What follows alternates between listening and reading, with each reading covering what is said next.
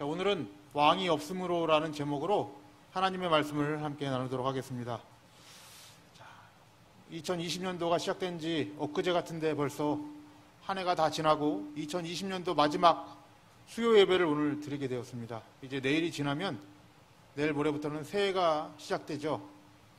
이렇게 새해가 시작되면은 가장 바쁘고 장사가 잘 되는 한 곳이 있습니다. 그곳이 어디냐면 점집이지요. 점집이 가장 잘 됩니다. 매년 연말이나 연초가 되면 자신들과 가족들의 사주를 알아보기 위해서 많은 사람들이 점집을 찾습니다.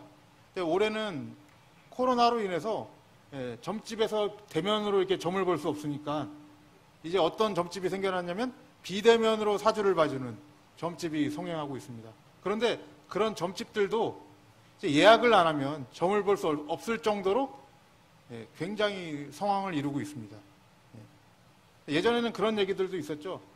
송구 영신 예배를 끝나고 이제 그 다음날 어떤 권사님이 우연히 점집에 갔더니 그 옆에 다른 장로님이 계셨더라. 막 이런 이런 우스갯소리도 있었습니다.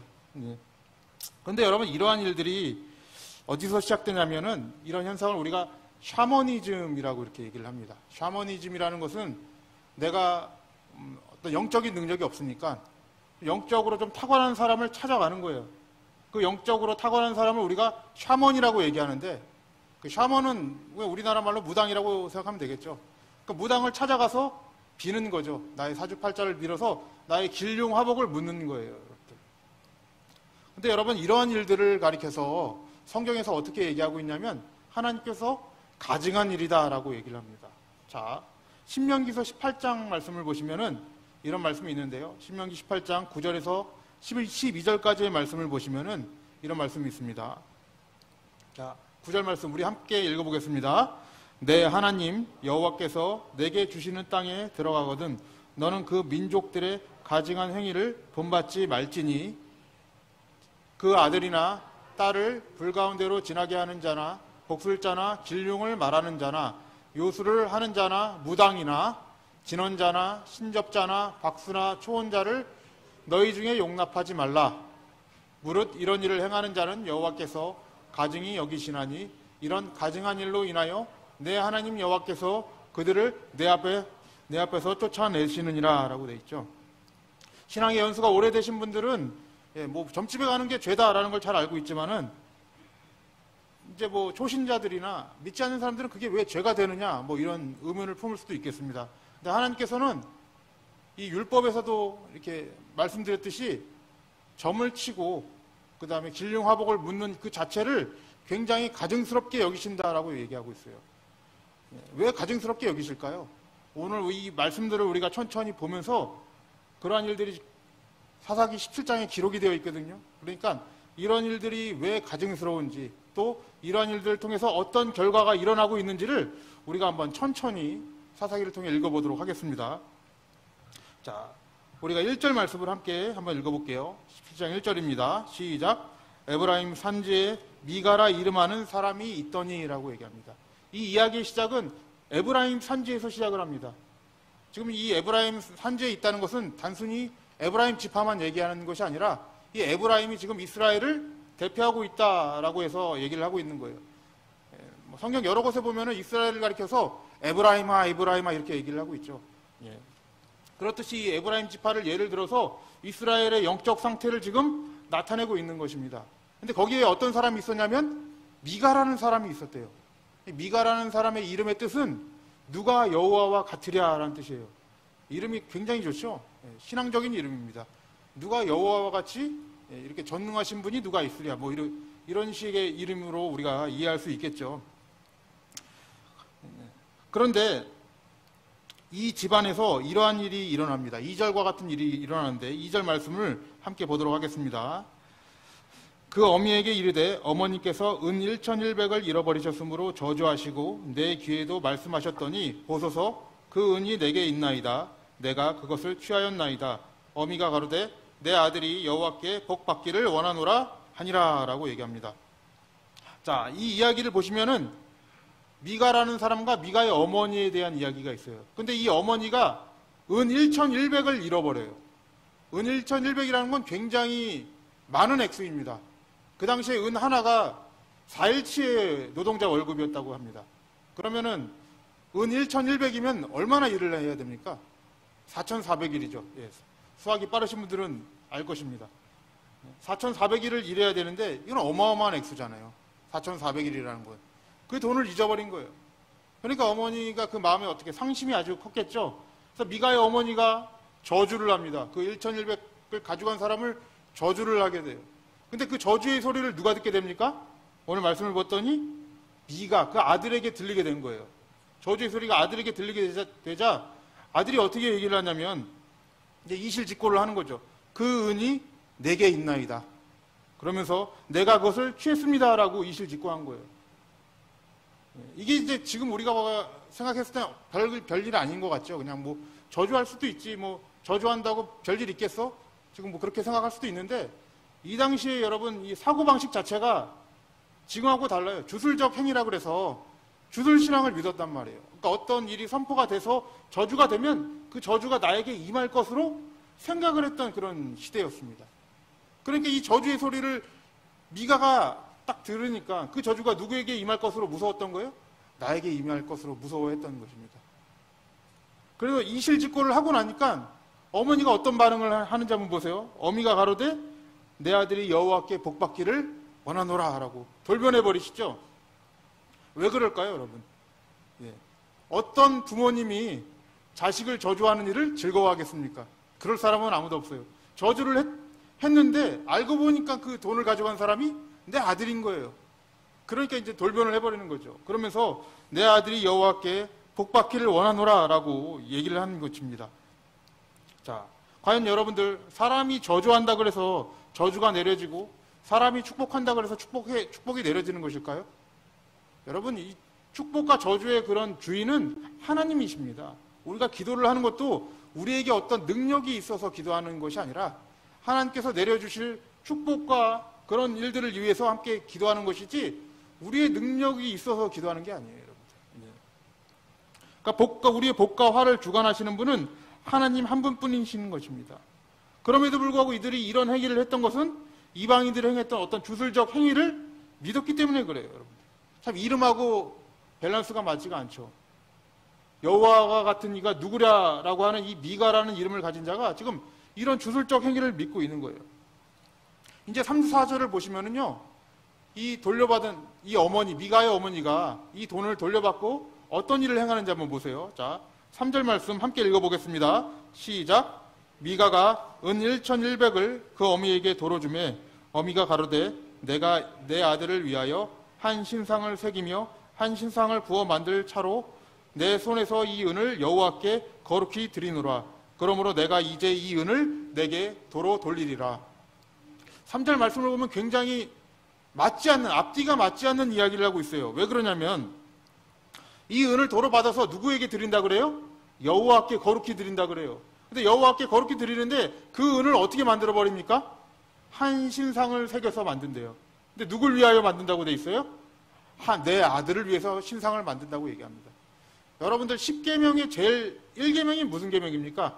너는 나 외에는 다른 신을 섬기지 말라. 이 세상에 어디에서든지 무엇을 만들지 말라 그래요? 아무 형상도 만들지 말라라고 얘기를 해요. 왜 형상도 만들지 말라라고 얘기합니까? 당연한 거죠. 우리의 인간의 지혜로 만들어낸 형상은 그 하나님을 온전히 그려낼 수 없기 때문에 그래요. 우리의 지혜는 그렇습니다. 그러니까 하나님께서 하나님의 지혜로만 만드신 그리스도의 형상을 만드신 것이죠. 그러니까 그 1계명조차 지금 지켜지지 않고 있는 거예요. 미가의 어머니로부터. 근데 그것을 여호와께 거룩히 드린대요. 앞뒤가 맞지 않는 행동을 하고 있는 것이죠. 그러면서 4절 말씀 보세요. 4절 말씀. 미가가, 우리 함께 한번 읽어볼게요. 시작. 미가가 그 은을 어미에게 도로 주었으므로 어미가 그 은 200을 취하여 은장색에게 주어 한 신상을 새기며 한 신상을 부어 만들었더니 그 신상이 미가의 집에 있더라. 자, 재미있는 사실은 이겁니다. 내가 이 은을 돌려받아서 여호와께 다 드릴게요 이렇게 얘기를 했지만은 4절을 보시면은 어미가 1,100의 은에서 몇을 취합니까? 200을 취한 거예요, 여러분. 1,100을 드리려고 봤더니 그 마음에 돈이 좀 아까운 거죠. 900은 빼돌리고 200만 다시 취하여서 은신상을 만들었어요. 근데 그 신상을 부어 만들었더니 그 신상이 어디에 있었다고 얘기를 해요? 미가의 집에 있었다라고 얘기해요. 자, 왜 미가의 집에 있었는가? 그 5절 말씀에 그 이유가 기록이 되어 있습니다. 자, 5절 말씀 우리 함께 한번 읽어볼게요. 이 사람 미가에게 신당이 있으므로 또 에봇과 드라빔을 만들고 한 아들을 세워 제사장을 삼았더라라고 얘기하고 있죠. 여러분, 여기 신당이라는 단어가 지금 우리가 얘기했던 어떤 뭐 점집이나 뭐 미신의 집 뭐 이렇게 생각할 수 있는데, 신당은 히브리어로 그런 겁니다. 베이트 엘로임이라고 해가지고 하나님의 집이라는 뜻입니다. 그러니까 이 하나님의 집이라는 것은 이게 진짜 하나님의 집이라는 것이 아니라 그들이 하나님의 집과 같이 만들어놨다는 거예요. 지금 이 하나님의 집을 다른 말로 하면 성막이라고 표현할 수 있습니다. 그 당시에 성막과 회막을 하나님의 집이라고 표현하고 있는데요. 이 성막과 회막은 어디에 있어야 됩니까? 개인의 집에 그 성막을 만들 수 있는 그런 자격이 없습니다. 성막은 온전히 하나님의 명령하에서 하나님이 지정하신 곳에 만들어야 되는 게 성막이에요. 근데 개인이 자신의 집에다가 성전을 만들어 놓은 거예요. 가짜 성전을 만들어 놓은 거죠, 지금. 그래서 그 신상을 원래는 신상 만든 것도 잘못된 거지만 바치려면 하나님이 명했던 그 회막까지 가서 바쳐야 되는 건데 그냥 집에다가 바친 거예요, 자기 집에다가. 그래서 더 과간인 건 뭐냐면, 자, 5절 말씀에 무엇을 만들었냐 그러면 신당과 에봇과 드라빔을 만들었다 그래요. 에봇은 여러분 제사장의 옷을 얘기하는 거죠. 제사장의 옷을 또 누가 만들어요? 자기가 만들어요. 드라빔은 여러분 이방인들이 섬겼던 수호신이란 말이죠. 우상이에요, 우상. 그걸 만들어서 또 그리고 그 다음에 한 아들을 세워서 제사장을 삼았습니다. 무엇을 삼아버려요? 무엇을 또 만들어요? 제사장까지 자기가 임명하는 거예요. 예.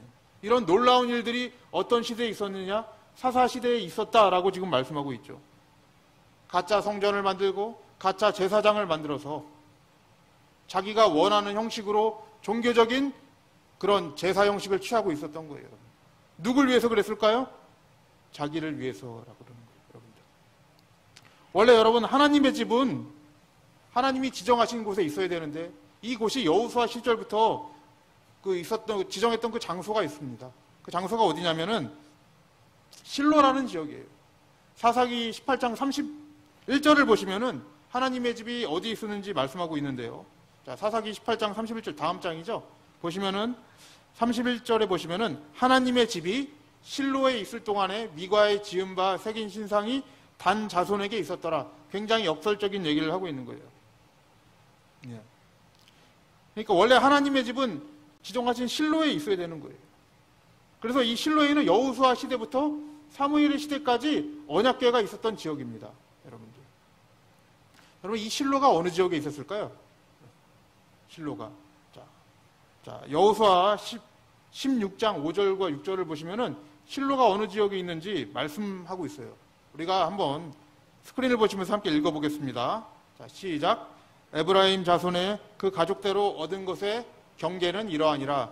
그 기업의 경계는 동으로 아다롯 아달에서 윗벤 호론에 이르고 또 서편으로 나아가 북편 믹무다에 이르고 동편으로 돌아 다하낫 실로에 이르러 야누아 동편을 지나고라고 얘기하죠. 그럼 이 실로가 어느 지역에 있었어요?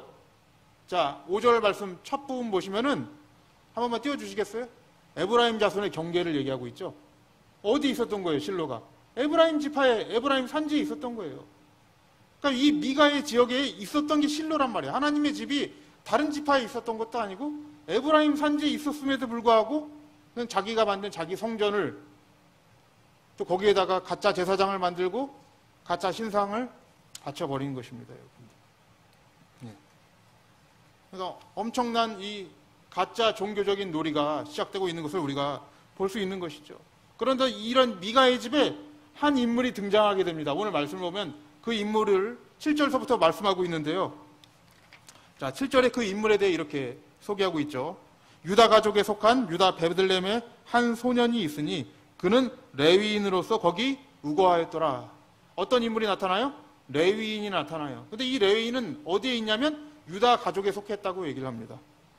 알다시피 레위인은 지파가 없지요. 지파가 아니죠. 레위인은 기업이 없죠.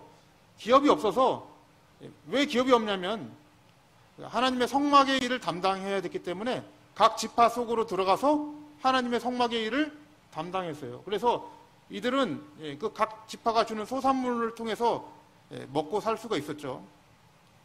그런데 이 레위인이 어떻게 행동하는지 한번 8절 말씀 보겠습니다. 이 사람이 거할 것을 찾고자 하여 그 성읍 유다 베들레헴을 떠나서 행하다가 에브라임 산지로 가서 미가의 집에 이르매 9절 미가가 그에게 묻되 너는 어디서부터 오느뇨? 그가 이르되 나는 유다 베들레헴의 레위인으로서 거할 곳을 찾으러 가노라 라고 얘기합니다. 자, 이 레위인이 어떻게 하냐면 8절을 보시면은 거할 곳을 찾고자 하여서 그 성읍 유다 베들레헴을 떠났다라고 얘기를 해요. 여러분, 레위인은 자기가 속한 그 지역을 떠나면 돼요, 안 돼요? 되면 떠날 수가 없어요. 이게 하나님의 명령이에요. 그 지파에 속해서 하나님이 명하신 일들을, 회막의 일들을 감당해야 될 자들이 레위인인 거예요. 회막의 일을 해야 되는데 무엇 때문에 떠나요? 내가 거할 곳이 없기 때문에 떠나요. 여러분. 당시 상황이 아마도 그랬을 거예요. 미가와 같은 이런 일들을 하고 있기 때문에. 미가 같은 일이 무엇입니까? 가짜 성전을 만들고 가짜 제사장을 만들어버리니까. 진짜 레위인 제사장을 찾겠습니까? 안 찾겠습니까? 안 찾았겠죠. 거할 것이 없다라고 얘기해요. 그럼에도 불구하고 이 레위인이 하나님이 명령하신 이 명령을 어기고 다른 지역으로 이탈하는 것이 정당화될 수 있느냐? 이건 아니죠, 여러분들. 그것도 아닌 거예요. 그런데 이 레위인이 이 거할 곳을 찾다가 어디로 가게 되냐면 에브라임 산지로 가서 미가의 집에 이르게 돼요. 미가의 집에 이르게 되자 미가가 어떻게 행동하는지 보세요. 자, 10절 말씀 우리 함께 읽어보겠습니다. 시작. 미가가 그에게 이르되 내가 나와 함께 거하여 나를 위하여 아비와 제사장이 되라.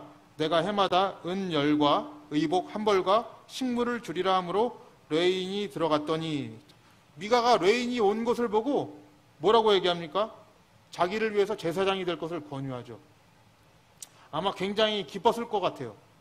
왜냐하면 그동안은 제사장을 세워놨는데 뭔가 마음속에 껄쩍지근한 게 있는 거죠. 왜냐하면 레위인을 세워놔야 되는데 레위인이 아니라 그냥 자기가 세워놓은 제사장이니까 마음속에 불편함이 좀 있었을 거예요. 그런데 레위인이 제 발로 걸어온 것이죠. 얼마나 기뻤어요. 그러니까 나를 위해서 레위인이 되라. 그러면 뭘 준대요? 해마다 은열과 의복 한 벌과 식물을 주리라. 먹을 것이죠. 의식주를 다 해결해 주겠다고 얘기를 하는 거예요. 13절, 오늘 본문 말씀 마지막 절 있죠. 13절을 보면은 미가가 이 레위인을 제사장으로 맞아들이고 어떻게 얘기하는지 보세요. 13절 말씀 함께 읽어보겠습니다. 시작. 이에 미가가 가로되 레위인이 내 제사장이 되었으니 이제 여호와께서 내게 복 주실 줄을 아노라. 이제 레위인이 나의 제사장이 되었다는 건 뭐야? 이제 나 하나님의 말씀대로 다 됐으니까 이제 복 나에게 오겠지라고 착각하고 있는 거죠. 예. 근데 여러분들, 이 재밌는 사실이 이 사사기 18장에 등장하고 있는데요. 이 레위인에 대해서 소개를 하고 있어요. 18장 30절, 사사기 18장 30절을 보면 이 레위인의 실체가 이렇게 소개가 되고 있습니다. 자, 18장 30절 말씀 우리 한번 읽어볼게요. 단 자손이 자기를 위하여 그 새긴 신상을 세웠고 모세의 손자 게르손의 아들 요나단과 그 자손은 단 지파의 제사장이 되어 이 백성이 사로잡히는 날까지 이르렀더라 라고 얘기하죠. 그럼 이 레위인은 어디 가문 사람이에요? 자, 중간 부분을 보시면 모세의 손자라 그러죠. 모세의 손자 게르손의 아들. 그러니까 뭐 다른 거 다 띄고 모세의 후손이에요. 그러면 여러분, 모세의 후손은 제사장이 될 수 있습니까? 없습니까? 제사장은 아론의 후손만 될 수 있어요. 모세의 후손은 제사장이 될 수 없는 거예요. 이 레위인이 그걸 몰랐을까요? 알았겠죠. 그걸 모를 수가 있겠습니까? 근데 제사장을 시켜준다고 했더니 냉큼 무슨 일을 맡아버리는 거예요? 자기가 제사장의 일을 맡아버리는 거예요. 가짜 성전에 들어가서 가짜 제사장 노릇을 이 레위인이 하고 있는 거예요. 참 재밌는 현상이죠. 그래서 여러분, 11절, 오늘 본문 말씀 11절을 보시면은 레위인이 그 사람과 함께 거하기를 만족히 여겼다라고 얘기하죠. 하나님의 성막에 있어야 레위인이 그곳을 이탈하여서 개인이 만들어 놓은 가짜 성전, 거기서 의식주를 해결해 준다는 이유로 굉장히 만족하고 있었던 거예요, 여러분들. 이 모든 상황들을 보면 여러분들 어떤 생각이 드십니까? 정말 이들이 진정한 종교인의 모습, 종교인이라 그러면 그렇죠. 신앙인의 모습을 띠고 있습니까? 아니요. 가짜 종교인들의 모습을 하고 있는 것에 불과한 것입니다. 자기가 원하는 것을 이루기 위해서는 가짜 성전과 가짜 제사장이라도 만들어 놓고 뭐 어떤 여호와의 이름을 부른다고 하면서 자기 복만 추구하는 거예요, 여러분들. 그리고 자기가 거할 처소를 위해서 자격이 되지도 않음에도 불구하고 제사장 자격을 얻어서 의식주를 해결받는 이 모습들 말이에요. 이게 여러분 사사시대에 있었던 엄청난 타락인 거예요, 여러분. 하나님의 말씀대로 도무지 하나도 이루어지지 않았던 그 시대가 사사시대다라고 얘기를 하고 있는 것입니다. 여러분, 이 사사시대는 실질적으로 제일 중요한 지파가 레위 지파입니다. 왜 레위 지파가 중요할까요, 여러분들? 사사기 1장 1절을 보면은 이런 말씀이 있어요. 사사기 1장 1절이 어떤 시대냐면은 여호수아가 죽은 후에라고 시작을 합니다. 그러니까 이 시대는 이제 여호수아가 죽고 어떤 사사라는 시대가 열리는 것이에요. 새로운 시대가 열리는 것이죠. 근데 그 전 시대를 한번 생각을 해보세요. 모세의 시대에는 모세가 죽고 그 다음 후계자로 누구를 세웁니까? 여호수아를 세운단 말이에요. 지도자가 나온단 말이에요. 근데 여호수아 시대에는 여호수아가 죽고 지도자가 있어요, 없어요? 지도자가 없어요. 왜 지도자가 없을까요, 여러분들? 이제 이스라엘은 각 지파별로 흩어져야 되죠. 그 기업을 분배받아서 흩어져야 됩니다. 그럼 그 땅에 누구가 같이 들어가게 돼 있어요? 레위 지파가 같이 들어가게 돼 있어요. 그래서 48 성읍에 들어가서 그 성읍 안에서 레위 지파가 성막을 세우고 그 성막 중심이라는 건 하나님 중심이라는 거죠. 하나님 중심으로 그 지파를 이끌어가야 되는 거예요. 그래서 이 레위를 통해서 하나님이 지도자 역할을 하게끔 만든 게 뭐냐면 여호수아가 죽은 후에란 말이에요. 그러니까 지도자를 세우지 않으신 거예요. 그만큼 이 레위는 중요한 역할을 하고 있었던 거예요. 그럼에도 불구하고 이 레위 지파가 어떤 일을 하고 있어요? 그 지역을 이탈해서 자기 스스로 이런 일을 행하고 있단 말이에요.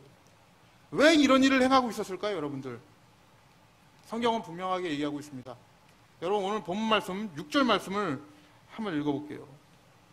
6절 말씀 우리 함께 한번 읽어볼게요. 시작. 그때에는 이스라엘의 왕이 없으므로 사람마다 자기 소견에 오른 대로 행하였더라 라고 얘기해요. 이 왕은 여러분 제도적인 왕은 아니겠죠. 이 왕은 하나님을 얘기하는 것이겠죠. 어떻게 이런 일이 있었습니까? 그 안에 왕이 없었기 때문이다 라고 얘기하는 거예요. 왕이 없었기 때문에 저마다 자기가 생각하는 자기의 종교적 형식을 취하고 그것을 이루게 되면 나는 지금 잘하고 있다라고 생각을 하는 거예요. 여러분, 실질적으로 이 상황들을 한번 지켜보세요. 우리가 이렇게 신앙적인 눈으로 봤을 때 굉장히 타락한 것 같죠? 근데 그들의 입장에서 한번 보라고요. 미가의 입장에서 봤을 때 여러분 그런 모든 일들이 잘 풀리고 있어요? 잘 안 되고 있어요? 잘 되고 있어요, 여러분. 저주를 받았던 그 저주에서 나는 풀려나고 있었고 내가 선언했던 가짜 제사장이 있었는데 제발로 제사장이 들어오고 레위인이 들어와서 제사장을 세우고 레위인은 또 어떻습니까? 거할 곳이 없었는데 의식주가 해결되고 거할 곳이 생긴단 말이에요, 여러분들. 그들의 입장에서 보면 잘 되고 있었다니까요, 여러분들. 여러분들, 우리가 이 생각을 고쳐야 되는 거예요. 내가 지금 잘 나가고 있고 잘 되고 있다고 해서 그것이 하나님의 역사가 아니라는 것입니다. 하나님의 역사는 어디서 일어나는 것입니까? 내 안에 하나님이 주인 되었을 때 일어나는 거예요. 하나님이 주인 되지 않으면 내가 아무리 잘 나가고 있더라도 어떤 종교적인 형식을 취해서 예배를 드리고 있더라도 그거는 신앙이 아니라 종교, 껍데기라는 것이죠, 여러분. 오늘 그 말씀을 성경이 하고 있는 거예요, 여러분들.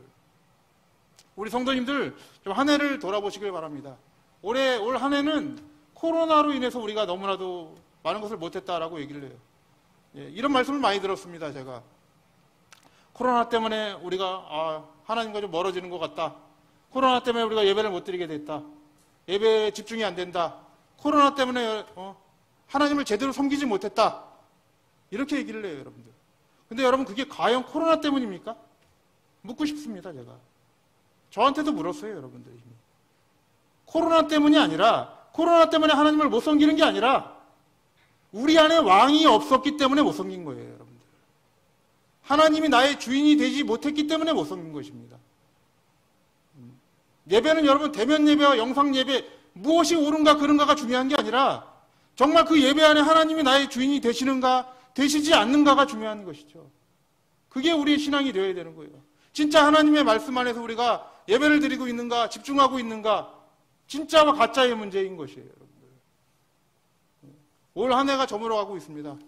올 한 해를 우리가 좀 잘 생각을 해보셨으면 좋겠습니다. 우리의 진정한 결정권자, 주권자가 누구이신가? 우리가 이 안에서 우리가 한번 생각을 해봤으면 좋겠습니다.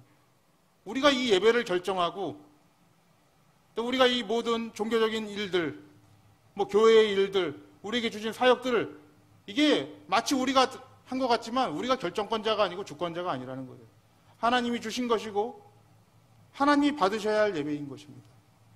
모든 주권자는 하나님이시고 모든 결정권자는 하나님이 되신 거예요, 여러분들. 그 안에서 우리가 행동을 하셔야 되는 것입니다. 사랑하는 성도님들, 이제 내년에도 여러분 올해와 같이 코로나의 이런 사태가 계속 이어질 거예요, 여러분. 그럼에도 불구하고 여러분 우리의 예배는 쉬지 않을 것입니다.